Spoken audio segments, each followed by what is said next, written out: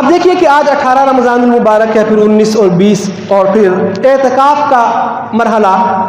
آنے والا ہے آخری عشرے کے اندر۔ رمضان المبارک کا آخری عشرہ شروع ہونے والا ہے، اور اس کے اندر جو اہم عبادتیں ہیں اس کے اندر سے اعتکاف کی عبادت بھی بڑی اہم ہے، اور اسی طرح لیلۃ القدر کی جو نعمت اللہ تبارک و تعالیٰ نے ہمیں عطا کی، وہ بھی ایک بڑا ہمارے اوپر اللہ تبارک و تعالیٰ کا فضل و انعام ہے اور اللہ تبارک و تعالیٰ کا احسان ہے۔ تو مجھے اس سلسلے میں یہ گزارش کرنی ہے میرے بھائیوں، دیکھیے آپ سب اس مسجد کے نمازی ہیں ماشاءاللہ، اور آپ ہی کے اندر سے یہاں وہ لوگ ہوں گے جو اعتکاف میں بیٹھیں گے۔ یہاں اب کوئی دوسرے شہر سے تو آ کے بیٹھے گا نہیں، انشاءاللہ آپ ہی کو اللہ تبارک و تعالیٰ یہ توفیق دیں گے، اور آپ ہی کو یہ سعادت ملنے والی ہے۔ اللہ تبارک و تعالیٰ آپ کو توفیق دے اور قبول فرمائیں۔ لیکن اس کے اندر کچھ چیزوں کو پیش نظر رکھنا ضروری ہے۔ دیکھیے آپ اگر اعتکاف میں نہیں ہیں، آپ نماز پڑھتے ہیں کہ نہیں، روزہ رکھتے ہیں کہ نہیں، تلاوت کرتے ہیں کہ نہیں، آپ سارے کام کرتے ہیں نا، تو پھر اعتکاف کا مقصد کیا ہے؟ ساری باتیں تو آپ غیر اعتکاف میں بھی کر رہے ہیں، جو اعتکاف میں نہیں بیٹھے وہ بھی کر رہے ہیں، تو آپ الگ سے اعتکاف میں بیٹھے کیوں؟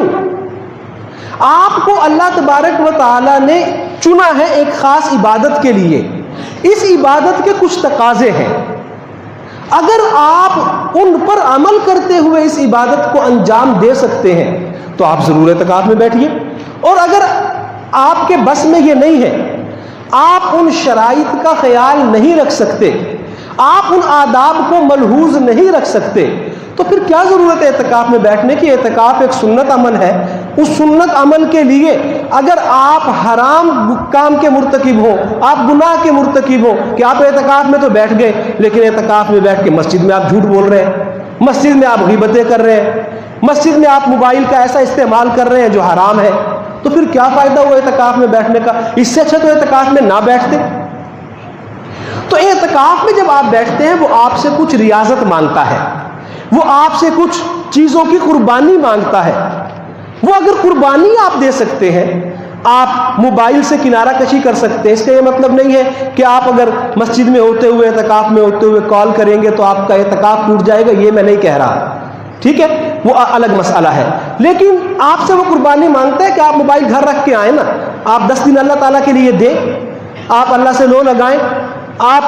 فضول چیزوں سے بچیں۔ کیوں آپ کسی سے بیٹھ کے غیبت کرتے ہیں؟ کیوں آپ جھوٹ بولتے ہیں؟ کیوں آپ کسی پر بہتان لگاتے ہیں؟ ان چیزوں سے بچیے۔ یہ چیزیں بجائے اس کے کہ ہمارے ان 10 دنوں کو کارآمد بنائیں، ہمیں اللہ کے قریب لے جانے کا باعث بنے، یہ ہمیں اللہ سے دور کر دیں گی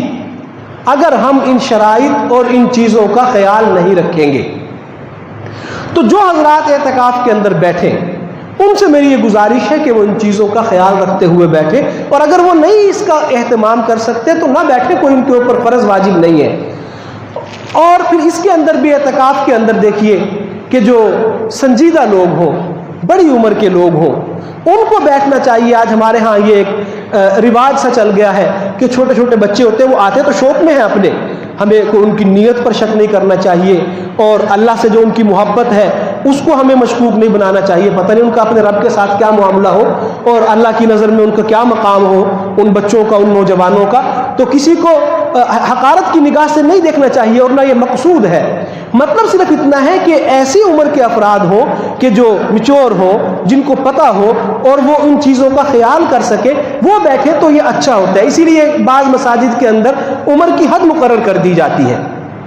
کہ اتنی عمر سے کم افراد جو ہوں گے، ویسے 30 سال ہے کراچی کی بعض مساجد کے اندر، کہ 30 سال سے جو کم عمر افراد ہوں گے ان کو وہ اعتکاف میں نہیں بیٹھنے دیتے، کہ عام طور پر 30 سال کی عمر تک پہنچتے پہنچتے انسان کے اندر کچھ سنجیدگی آ جاتی ہے۔ تو مسجد میں اعتکاف بیٹھنے کا مقصد کوئی غل گپاڑا نہیں ہے، کوئی گپ شپ نہیں ہے، بلکہ یہاں بیٹھنے کا مقصد تو اللہ کو راضی کرنا ہے، اور مسجد کے تقدس کو پامال کرنا نہیں ہے، بلکہ اس کے تقدس میں، اس کی عظمت میں، اس کے وقار میں اضافہ کرنا ہے۔ اگر یہاں بیٹھ کر پھر یہ ہے کہ گپیں ہو اور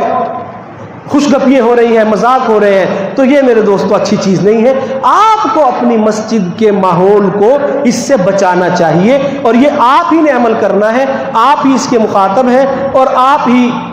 کہ ذمے یہ کام ہے، کسی اور نے یہ نہیں کرنا، تو اس کے اوپر آپ خصوصی توجہ کریں گے۔ اسی طرح جو لیلۃ القدر کی راتیں آتی ہیں 21ویں 23ویں 25ویں 27ویں 29ویں، اس کے اندر بھی عام طور پہ یہ ہوتا ہے کہ مسجدیں کھلی ہوتی ہیں اور یہ ہوتا ہے کہ بھی لوگ عبادت کریں گے۔ اب وہ عبادت تو آپ ضرور کیجئے، میں نے پہلے بھی کئی مرتبہ عرض کیا کہ نفلی عبادت گھر میں کرنی چاہیے، مساجد نفلی عبادت کے لیے نہیں ہے، لیکن اگر باہر مسجد کھلی ہوئی ہے اور آپ آ رہے ہیں تو پھر ان شرائط کو، ان آداب کو ملحوظ رکھتے ہوئے آپ آئیں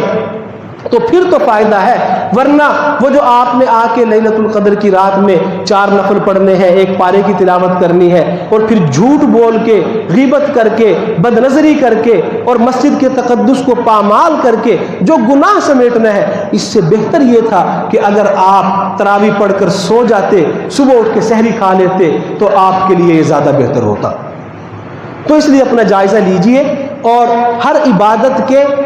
مقصد کو سمجھیے، اس کے بعد اس عبادت کو کیجئے تاکہ ہم سے غلطی نہ ہو اور ہم صحیح معنی میں اللہ تبارک و تعالیٰ کی عبادت بجا لائیں۔ تو دعا ہے کہ اللہ تبارک و تعالیٰ ان معروضات پر ہمیں عمل کرنے کی توفیق عطا فرمائے۔